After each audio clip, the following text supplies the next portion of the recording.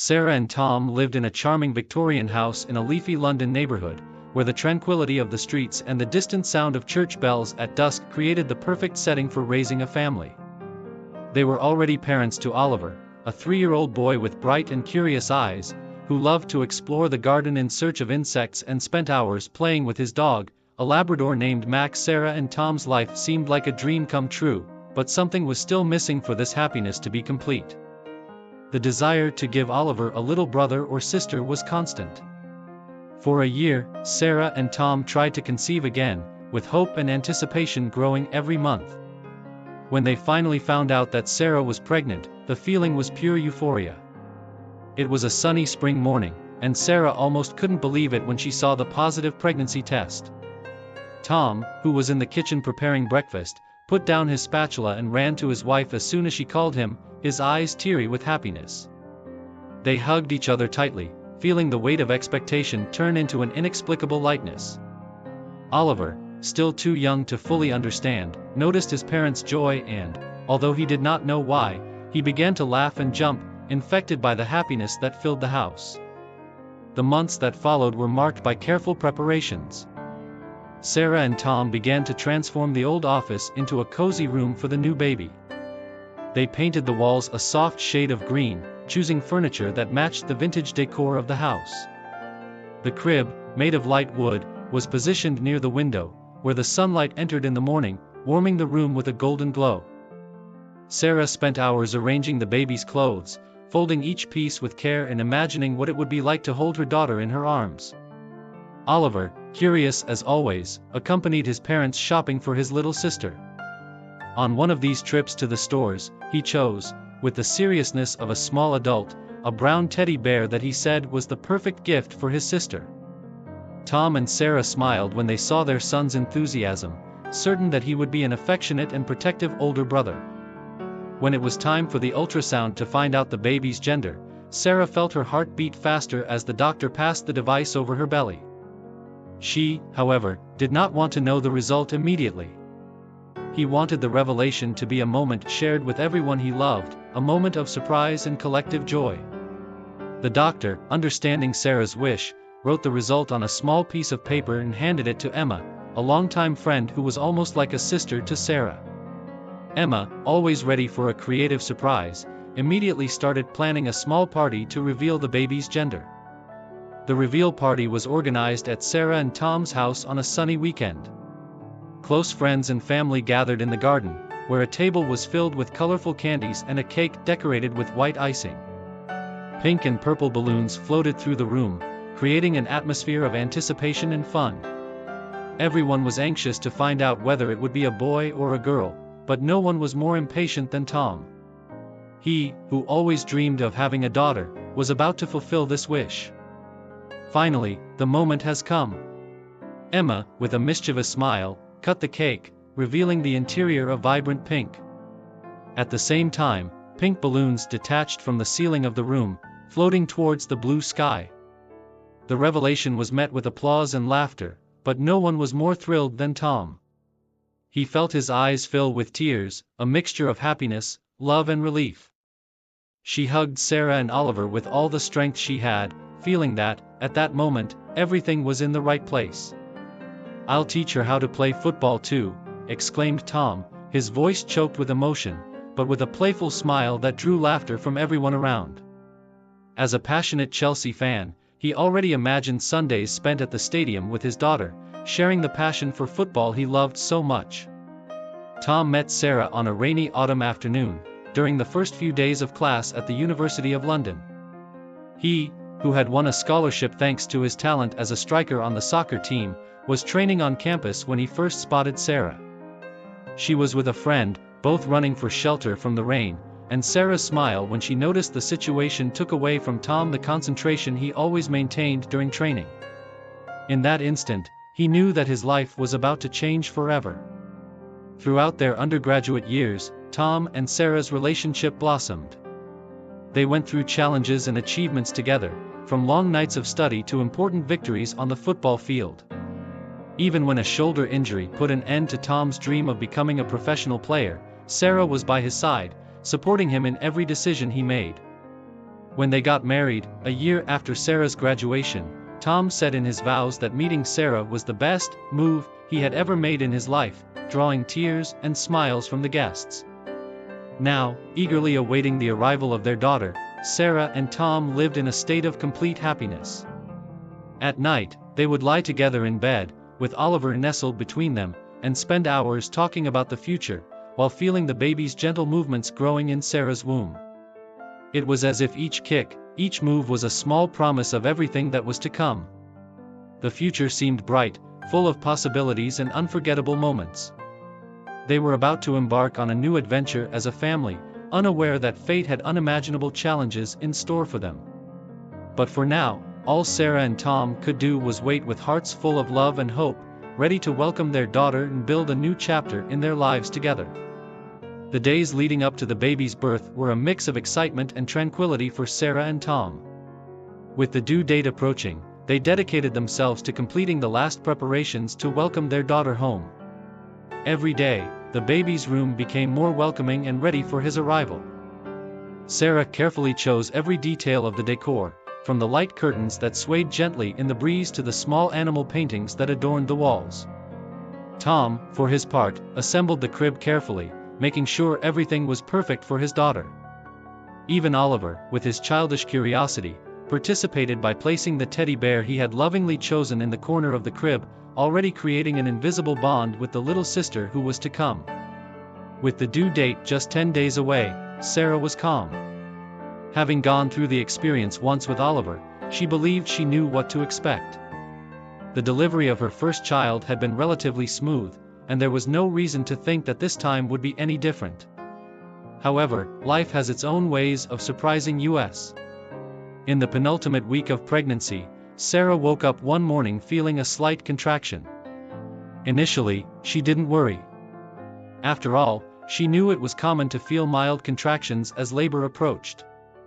She and Tom decided to go to the hospital, more out of caution than out of any real concern.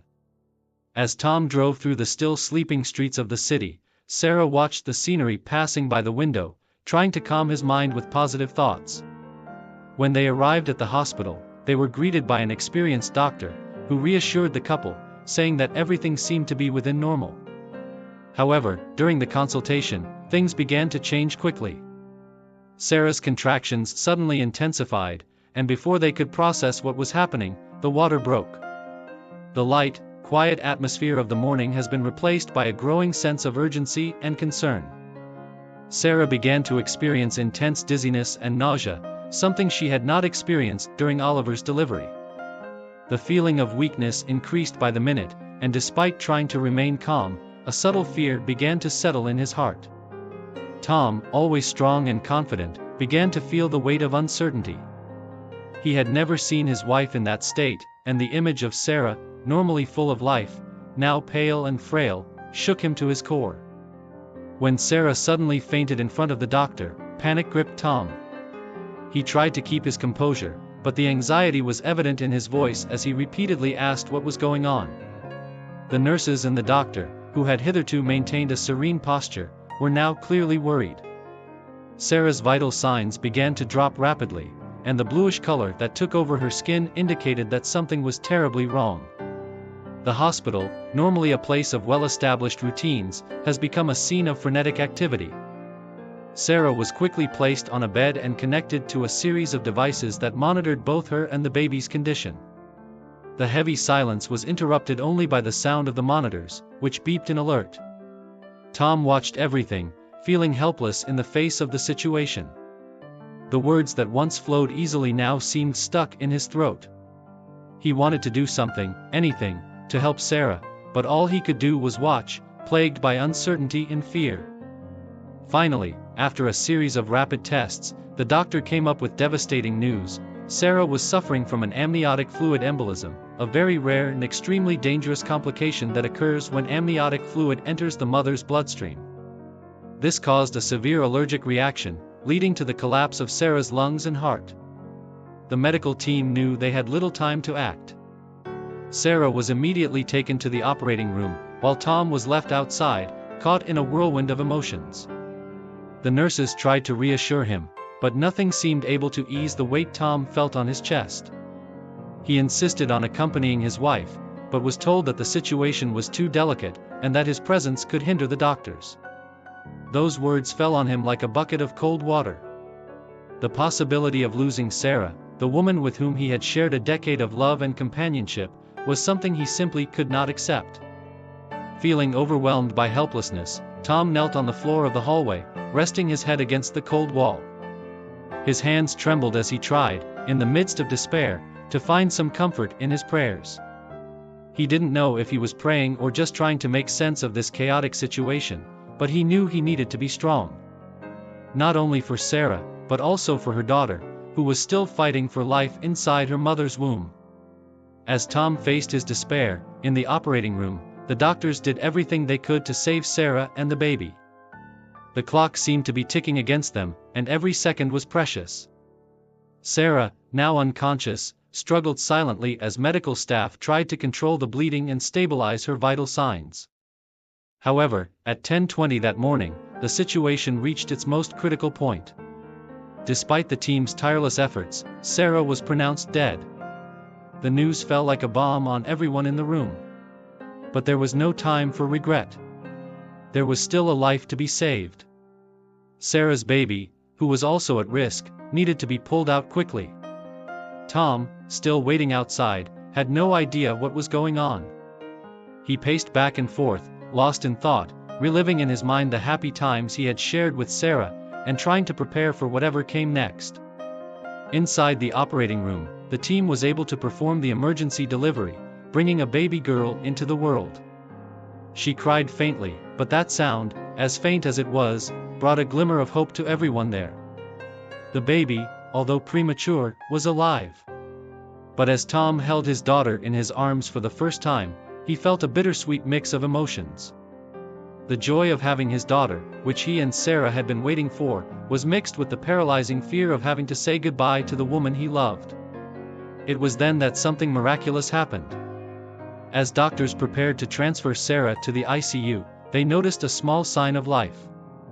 Against all odds, Sarah reacted to a last attempt at resuscitation. His pulse, though weak, returned. She was breathing, albeit with the help of machines. The news was carried to Tom, who could hardly believe it. He cried, this time tears of relief, as he hugged his family members who began to arrive at the hospital. But the fight was far from over. Sarah was transferred to the ICU in critical condition, and doctors warned that the next few hours would be crucial.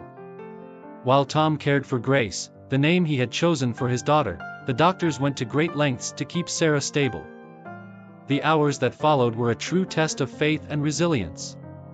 Tom knew that his wife's life was hanging by a thread, but he also knew that somehow she had already defied the odds once. The machines around Sarah monitored her every heartbeat, every breath. His brother, who was a surgeon, arrived at the hospital, bringing with him an air of seriousness and urgency. He reviewed the records and talked to doctors, quickly understanding the seriousness of the situation. Sarah's cardiovascular collapse was imminent, and even with all medical efforts, the outcome was still uncertain.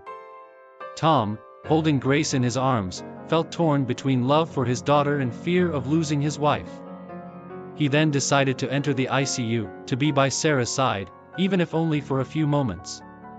He approached the bed, took Sarah's hand, and, with a choked voice, said, "I love you, Sarah. Grace is beautiful and perfect, and she's here with me. Please, if you still have the strength to fight, fight for us." Tom's words echoed in the room, a desperate plea from a man who refused to give up the love of his life. Sarah's response, though not immediate, came in the form of a small sign. Even unconscious, her body seemed to react to the presence of Tom and Grace. The hospital waiting room was quiet except for the muffled sound of the nurses' hurried footsteps and the constant beeping of the monitors in the ICU. Tom, now with Grace in his arms, could barely process what had just happened.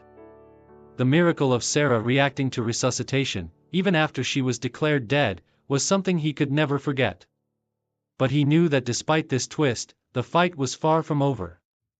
Sarah was still in critical condition, and the next few hours would be decisive. Tom, normally a man of actions and certainties, felt powerless. He looked at Grace, so small and fragile, and felt a surge of love and despair at the same time. He knew he needed to be strong, both for his daughter and for Sarah, but uncertainty was a shadow that hung over him. As Tom waited for news, his mind wandered to the moments he had shared with Sarah. From their first meeting to their promise to spend the rest of their lives together, each memory was a reminder of how much she meant to him. Doctors were in and out of the ICU, and Tom watched each one, trying to read any clues on their faces. Finally, Sarah's brother, the surgeon, approached. His face was serious, but there was a softness in his eyes that gave Tom a spark of hope. "She's struggling, Tom. Against all odds, Sarah's body is starting to respond to treatment. The next step is crucial. We need to stabilize her completely so that she has a real chance of recovery. It will be a long journey, but there is hope." His brother-in-law's words brought immediate relief, but Tom knew the battle was just beginning. He entered the ICU, where Sarah was lying, connected to several machines. The machines around her were a constant reminder of the gravity of the situation, but the slight movement of her chest, though aided by machines, indicated that she was alive. Tom walked over and sat down by the bed, holding Sarah's hand firmly. "Sarah, I know you can hear me," Tom began, his voice soft but full of emotion. "Grace is here, and she needs you. I need you. I know you're strong, stronger than anyone I've ever met. Fight for us, love. I can't imagine this life without you by my side." The following days were a marathon of emotions. Sarah remained in critical condition, but each day, there were small signs of improvement. His body was beginning to recover from the embolism, and doctors began to slowly reduce the support of the machines. Tom spent as much time as possible by Sarah's side, talking to her, sharing stories of Grace and Oliver, hoping that somehow her words would reach her. Friends and family took turns supporting Tom, who was torn between the hospital and caring for Grace. Oliver, still too young to understand the complexity of the situation, knew only that his mother was very ill. He constantly asked when Sarah would come home, and Tom, with a heavy heart, replied with the same hope he secretly entertained, "Soon, son. Coming soon." After a week in the ICU, the moment everyone had been waiting for finally came. Sarah began to show signs that she was awakening. His fingers moved slightly under Tom's hand, and he, realizing it, immediately called the doctors. Shortly after, Sarah's eyes opened, still blurred and confused, but conscious. She blinked slowly, as if she was struggling to understand where she was. "Sarah, I'm here," Tom said, his voice trembling with the mixture of relief and emotion. "You're in the hospital, but you're safe. We've been through something really hard, but you're back. Grace is fine, and we're all here waiting for you." Sarah tried to speak, but she was too weak. Instead, she lightly squeezed Tom's hand, a silent response that made tears roll down his face. He knew that despite all the suffering, Sarah was coming back to him. It was the beginning of a long journey of recovery, but he was ready to face anything, as long as he had Sarah by his side. The following days were marked by a slow but steady recovery. Sarah, still weakened, began to regain her strength. The doctors were impressed by her resilience, and every little progress was celebrated by everyone. When he was finally able to hold Grace for the first time, excitement took over everyone in the room. Sarah's tears mingled with Tom's, who watched the moment with his heart overflowing with gratitude and love. Finally, after weeks in the hospital, Sarah was deemed stable enough to return home. It was a moment of great joy and relief for the whole family. When they arrived home, Sarah was greeted by Oliver, who ran into her arms, not wanting to let go. The house, which had previously seemed empty and sad, was now full of life and hope. As the days passed, Sarah began to recover completely. Although there were difficult moments, the support of Tom and the entire family was crucial to his recovery. The experience had changed them profoundly, but it had also brought them closer than ever. Sarah and Tom knew they had been blessed with a second chance, and they were determined to cherish every moment together. Grace, the little fighter, grew up strong and healthy, surrounded by love and affection. Oliver, now with a new little sister, has proudly taken on the role of big brother, always wanting to help with the care. The family, which had passed an unimaginable test, emerged stronger, with an even deeper love. Years later, as Sarah and Tom looked back on the life they rebuilt together, they knew that even though they had faced the darkness, they had found the light in the love they shared.